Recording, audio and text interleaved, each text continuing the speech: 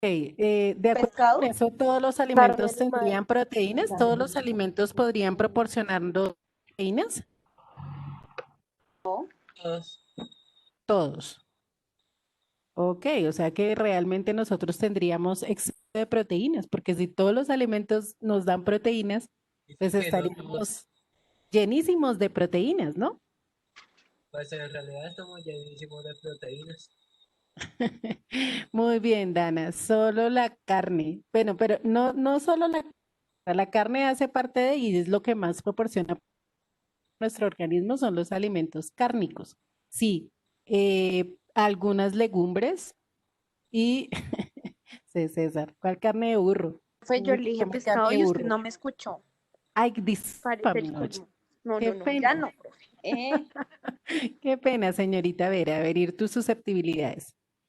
Eh, en la carne, en los derivados lácteos, ¿cierto? La leche, los huevos, el queso, ese tipo de alimentos nos dan proteínas. Sin embargo, bueno, ya vamos a hablar más detalladamente de las fuentes de proteínas. Eh, ¿Qué función tendrán las proteínas? ¿Para qué necesitamos nosotros proteínas?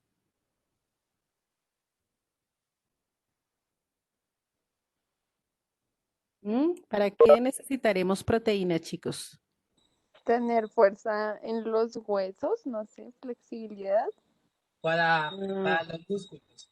Para los músculos, sí, Dana, para los músculos. Los huesos no, los huesos necesitan Y yo calcio. dije que para los músculos. No, yo sé, Cristian, si no le estoy contestando a quien me dijo que para los huesos.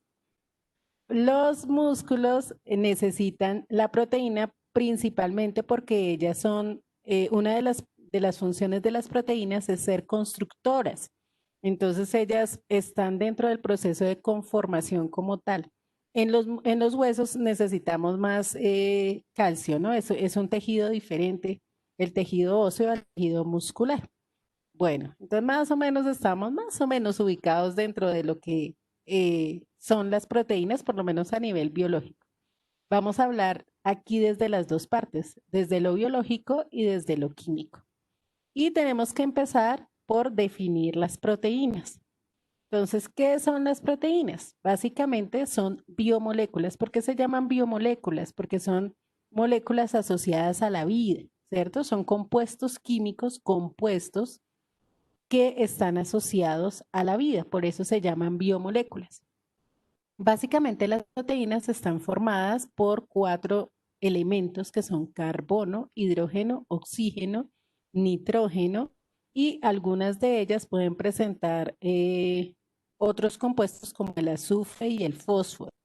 Y hay una que otra proteína que tiene compuestos, elementos metálicos como el hierro, también está presente en algunas proteínas. Entonces, vuelvo y repito, son biomoléculas, es decir, moléculas que están asociadas a la vida y que están formadas por carbono, hidrógeno, oxígeno y nitrógeno. Es decir, son compuestos nitrógeno y tienen un rango de funcionamiento muy limitado. O sea, las proteínas no son compuestos que sean, digámoslo así, muy estables. Es muy fácil desestabilizar una proteína. Por ejemplo, con el solo hecho de que usted le agregue limón a la leche, la proteína de la leche, que es la caseína, se desnaturaliza y ya no tiene la misma función, digámoslo así, que tenía antes. Cuando usted frita un huevo, desnaturaliza la proteína que es la albúmina del huevo, se desnaturaliza y ella sufre una transformación en su estructura interna. Entonces, ellas tienen un intervalo de pH sobre todo y de temperatura en el cual funcionan. Fuera de ese intervalo, las temperaturas, las proteínas, perdón, pierden su funcionalidad, ¿sí? Pierden su funcionalidad. Entonces, en la medida que vayamos desarrollando el tema, vamos a ir viendo cómo es que ellas funcionan y en qué rango de temperatura y pH pueden estar, digamos, en un funcionamiento óptimo. Las proteínas son polímeros.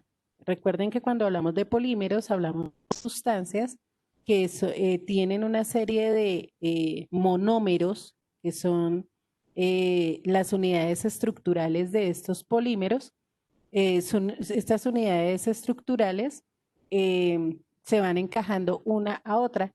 Esos monómeros se enlazan y van formando polímeros. En el caso de las proteínas, los monómeros de las proteínas se llaman aminoácidos. Los aminoácidos son los que se van juntando uno tras otro hasta que completan las proteínas, que son polímeros, ¿sí? Es decir, tiene muchos aminoácidos juntos, hablamos inclusive hasta de 300 moléculas de aminoácidos conformando una proteína, ¿sí? Una proteína. Bueno, y ese enlace que tienen los diferentes aminoácidos se llama enlace peptídico, que lo vamos a ver más adelante. Primero vamos a hablar de los aminoácidos y luego vamos a hablar del enlace a partir del cual se unen esos aminoácidos. Entonces vamos a tomar el apunte de la generalidad de las proteínas y ya continuamos hablando de sus monómeros, que son los aminoácidos. Les decía que los monómeros de las proteínas se llaman aminoácidos. Entonces vamos a mirar cómo es la estructura de un aminoácido y por qué recibe ese nombre. Por un lado, es un compuesto orgánico, ¿no? Hay que tener presente, los aminoácidos son orgánicos. Y por un lado tenemos el grupo amino, que es el grupo NH2, ya se los había mencionado en química, el grupo amino, que es este que está en verde. Y del otro lado tenemos el grupo ácido carboxílico, ¿sí? De un lado está el grupo amino y del otro lado está el grupo ácido carboxílico. Por esa razón reciben el nombre de aminoácidos. En un extremo está el grupo amino y en el otro extremo está el grupo ácido carboxílico. Esto está unido a un carbono, ¿cierto? A un carbono que a su vez tiene un grupo radical, es decir, una cadena que está de un lado y del otro lado un hidrógeno. ¿Listo? Entonces, este carbono central, el carbono central del aminoácido está unido al grupo carboxilo, al grupo amino, a un hidrógeno y a una cadena carbonada. Bueno, entonces esta es la estructura de un aminoácido. Entonces hacemos la estructura, por favor. Los aminoácidos se clasifican en dos grupos, en términos generales, de acuerdo a la producción en el organismo. Entonces hay unos aminoácidos que se llaman aminoácidos. ¿Por qué se llaman no esenciales? No porque no los necesitemos. Se llaman aminoácidos no esenciales porque el organismo tiene la capacidad de producirlos a partir de otros aminoácidos o de las mismas proteínas que ingresan al organismo. Él los puede producir, por eso se llaman no esenciales. Y hay otros aminoácidos entre los cuales están los que utiliza el cerebro, que son aminoácidos que se denominan esenciales. Y esenciales es porque tenemos que consumirlos en la dieta alimenticia. De lo contrario, esos aminoácidos nunca llegarían y los requerimos para el funcionamiento del organismo. Entonces, en la siguiente tabla vamos a encontrar la lista de aminoácidos esenciales y no esenciales. Existen muchísimos aminoácidos, pero el organismo, nosotros como seres humanos, solamente hacemos uso de 20 aminoácidos, ¿sí? Para la conformación de las proteínas, solamente se requieren 20 aminoácidos. De esos 20 aminoácidos, 9 son esenciales, es decir, 9 de ellos necesitamos consumirlos en la dieta alimenticia y 11 son no esenciales porque nuestro organismo tiene la capacidad de producirlos. Entonces, dentro de los aminoácidos esenciales está la isoleucina, la leucina, la lisina, la metionina, la fenilalanina, la treonina, el triptófano, la valina y la histidina. Esos 9 aminoácidos son de carácter esencial, esencial. Los requerimos a partir de la dieta alimenticia. Y por otro lado, tenemos los aminoácidos no esenciales, la alanina, la tirosina, el aspartato, la cisteína, el glutamato, la glutamina, la glicina, la prolina, la serina, la asparagina y la arginina, ¿sí? Igual el aspartato y el glutamato se conocen como ácido aspartico y ácido glutámico. También tienen, pues responden a esos nombres. Entonces vamos a hacer el listado de los aminoácidos esenciales y de los no esenciales. Porque con respecto a estos vamos a desarrollar más adelante una actividad. Bueno, mientras van tomando...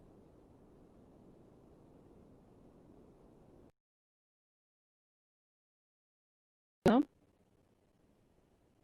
De esos aminoácidos esenciales que, como les digo, no los producimos nosotros y que deben incorporarse a través de la alimentación. Entonces, por ejemplo, la isoleucina, que es la primera que tenemos allí, tiene que ver con la reparación de los músculos, con la, con la unión de los músculos a los huesos. Recuerden que los huesos es la parte más interna, pero que los músculos también tienen una adherencia ahí. Entonces tiene que ver también con la reparación y la adhesión del tejido dérmico y también participa en la formación de la hemoglobina. Se relaciona también de alguna manera con el control de la glucemia, es decir, de la cantidad de azúcar en sangre. A pesar de que obviamente eso se hace a través de la insulina, la isoleucina como aminoácido también está involucrado en esto. La leucina se utiliza también en la regeneración de los músculos, en el control de la glucemia también, y tiene que ver con temas hormonales, básicamente con la hormona del crecimiento. Entonces, si hay una deficiencia en leucina en el organismo, pues va a haber problemas también a nivel de los mismos. En el caso de la lisina, ella tiene que ver con la formación del colágeno. El colágeno es una de las proteínas que tiene que ver con la tensión de la piel, ¿no? Con la juventud de la piel. Y también hace parte de las articulaciones. Entonces, este aminoácido, la lisina, está relacionado con eso, con el metabolismo del calcio y en la formación de anticuerpos para reforzar el sistema inmunitario. ¿Sí? Entonces, es muy necesario. La metionina, ya les digo, es un antioxidante, entonces ayuda a que radicales libres no se esparzan por el organismo generando enfermedades. De esa manera se previenen enfermedades del corazón, cerebrovasculares, vasculares, y tiene que ver también cuando una persona tiene deficiencias mentales, algún problema mental, a veces puede ser por falta de metionina. Entonces, en los medicamentos, digámoslo así, que trabajan esta parte, eh, pues deben contener metionina para ayudarle a la persona a equilibrar su patología mental. Por otro lado, tenemos la fenilalanina. Esta fenilalanina tiene que ver con el sistema nervioso. Entonces, en la formación de los neurotransmisores, para que se dé la sinapsis neuronal, ahí está involucrada la fenilalanina. Y tiene que ver con varios efectos positivos en cuanto a los estados de ánimo, la capacidad de concentración, el aprendizaje que es a partir pues, de la estimulación del sistema nervioso. Este aminoácido es fundamental. Y están estudiando en este momento el uso de la fenilalanina para tratar enfermedades como el Parkinson o el Alzheimer, porque pues se cree que este aminoácido interviene bastante en todo lo que tiene que ver con el funcionamiento adecuado del sistema nervioso. El triptófano también actúa en términos del sistema nervioso, pero como relajante corporal. y facilita la conciliación del sueño. Entonces, este aminoácido controla también la sensación de apetito y tiene pues, funciones que son opuestas a la fenilalanina, ¿no? Entonces, mientras la fenilalanina se refiere a la concentración y a la actividad del sistema nervioso, el triptófano entonces es lo contrario. Y en casos, por ejemplo, de chicos o personas que son diagnosticadas con hiperactividad, en su tratamiento les indican alimentos que tengan alto contenido en triptófano o en sí el aminoácido como tal para, digamos, tratar esta problemática de la hiperactividad. La valina tiene que ver también con el mantenimiento muscular y se utiliza por el lado de la metabolización de grasas, ¿no? La metabolización del hígado, que principalmente es la de las grasas, ahí está involucrada la valina. Y por último tenemos la histidina, que también está involucrada con temas relacionados con el mantenimiento muscular. La mayoría de los aminoácidos esenciales están relacionados con el mantenimiento muscular. Ok, ¿ya tomamos el apunte o todavía falta?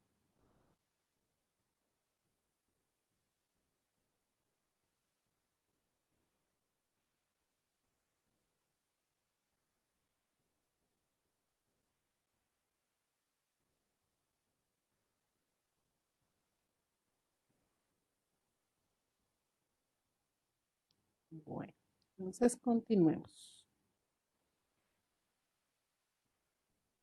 Vamos a mirar en qué alimentos podemos encontrar las proteínas y por ende estos aminoácidos que acabamos de mencionar. Como bien lo dijeron hace un rato, las fuentes de proteína principalmente son las carnes, de pollo, de res, de todas las carnes, el hígado. A muchos no les gusta el hígado, pero el hígado es una altísima fuente de proteínas.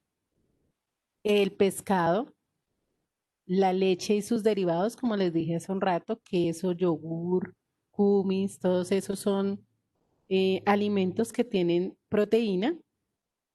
Los huevos y las legumbres, entendiendo que como legumbres no son verduras, ¿no?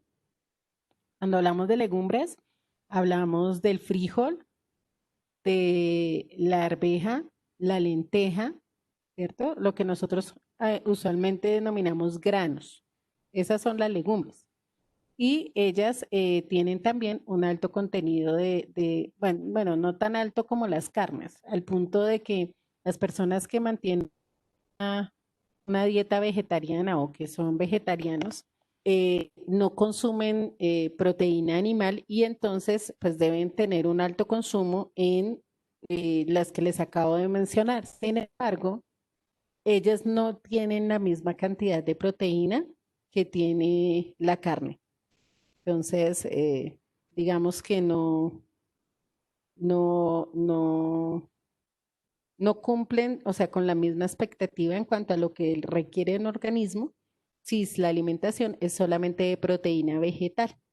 Entonces, esa es la razón. Hay mayor proteína, mayor cantidad de origen de proteína en cuanto a la de origen animal que la de origen vegetal.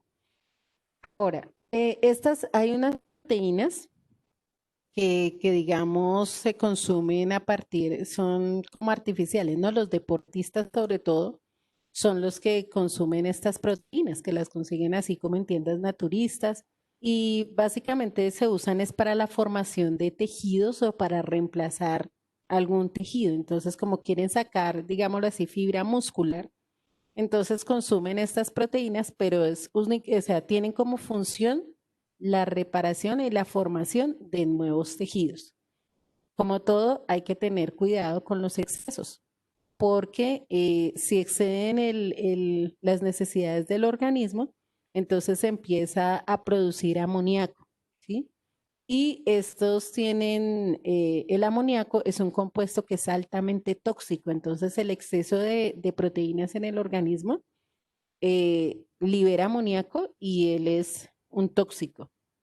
Entonces, en ese sentido hay que tener mucho cuidado, ya que pues obviamente el amoníaco lo que hace es formar urea, la urea se va al hígado y ahí pues se elimina a través de la orina, pero es que si es excesiva la cantidad de amoníaco, pues el hígado no va a poder procesar toda esa cantidad y va a terminar la persona generándose enfermedades, intoxicando su organismo por exceso de proteínas. Y sobre todo, vuelvo y repito, esas proteínas que venden en estos lugares, porque pues ellas, digamos que vienen en una concentración más alta y tienen un fin específico, que es básicamente el crecimiento de la fibra muscular para los que practican levantamiento de pesas y las personas que se enfocan mucho en este tipo de actividad.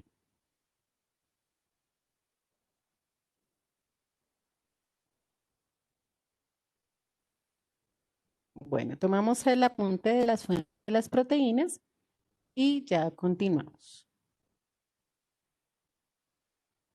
Los aminoácidos, les decía, son monómeros de las proteínas, entonces ellos en sí como tal no son la proteína, que se unen varios, les decía, inclusive llegamos al punto de tener 300 en una sola proteína. Y depende pues obviamente del tipo de proteína, porque las proteínas, bueno, dependiendo de su estructura, pueden ser simples o pueden ser muy complejas. Pero todos estos aminoácidos se unen a través de un enlace que se denomina enlace peptídico. Entonces vamos a mirar cómo es ese enlace peptídico. Y este es el tipo de a través del cual se unen todos los aminoácidos. Fíjense que aquí tenemos un aminoácido, su extremo amino y su extremo ácido carboxílico. El radical, que es la parte que cambia entre uno y otro, y el hidrógeno. Y aquí lo vamos a unir a otro aminoácido. Lo mismo, el extremo amino, el extremo carboxilo, el radical y el hidrógeno. ¿Qué es básicamente lo que se hace? Se elimina una molécula de agua del hidroxilo del carboxilo con el hidrógeno del amino. Fíjense, aquí está bien señalado cuál es la molécula de agua que se elimina. Eso nos va a dejar un enlace libre en el carbono y un enlace libre en el nitrógeno, generando una unión entre ese carbono y ese nitrógeno, que es lo que se denomina enlace peptídico. Entonces se une el carboxilo de un aminoácido con el amino de otro aminoácido. Chicos, nos concentramos en lo que estamos haciendo acá, por favor. Entonces, hilo de un aminoácido con el amino del otro aminoácido nos van a formar un enlace que se denomina enlace peptídico. A través de ese enlace, entonces se forman los péptidos, que también son las proteínas, solamente que digamos que la proteína es un polipéptido, porque hay dipéptidos, hay tripéptidos, dependiendo de cuántos aminoácidos se unan. Y las proteínas, como de 10 péptidos o aminoácidos, entonces se denominan polipéptidos. Entonces, hacemos el esquema, por favor, de enlace peptídico. Bueno, entonces, por hoy vamos a quedar hasta aquí, hasta la formación del enlace peptídico. Y en la próxima clase vamos a hablar entonces ya de la conformación y la estructura que tienen, o las estructuras, porque son varios tipos de estructuras que presentan las proteínas. Asimismo, vamos a mirar de manera específica cuál es la función que cada una de ellas cumple en el organismo y pues básicamente como la importancia que ellas tienen. Entonces, es eso, chicos. Nos vemos nuevamente el día miércoles en clase de química. Que tengan excelente resto de día y que Dios los bendiga. Chao, chicos. Chao, profe.